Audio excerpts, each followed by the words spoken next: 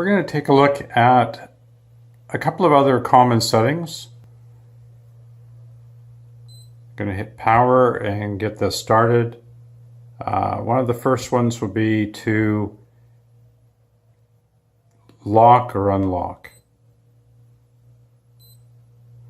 We see the lock icon come on, and during that we can't change anything. Can't change temperature or mode.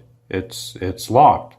To unlock, we just press it one more time. Lock icon has, you see it disappears, and you're free to change things. So let's say, for example, we want to change the temperature. So the set temperature is the bottom number, and the actual water temperature is the top number. If we want to change this up to, let's say, 130, first we get it to flash, then we move it up.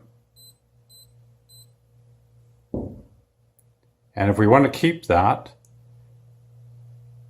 then we just hit the power button, and that keeps it. So let's just check on that, see if it stayed. Yep, it stayed. It's set for 130. Now I'm going to turn it back down just to repeat this process. So I want to activate that the flashing number is the one I can change. I'm going to move it back down to 125, which is ideal in this location. And I'm going to save that. So another thing that we can learn how to do is to change this from Fahrenheit to centigrade. So we use the settings button on the bottom. We press it and hold it for about 5 seconds, and it beeps.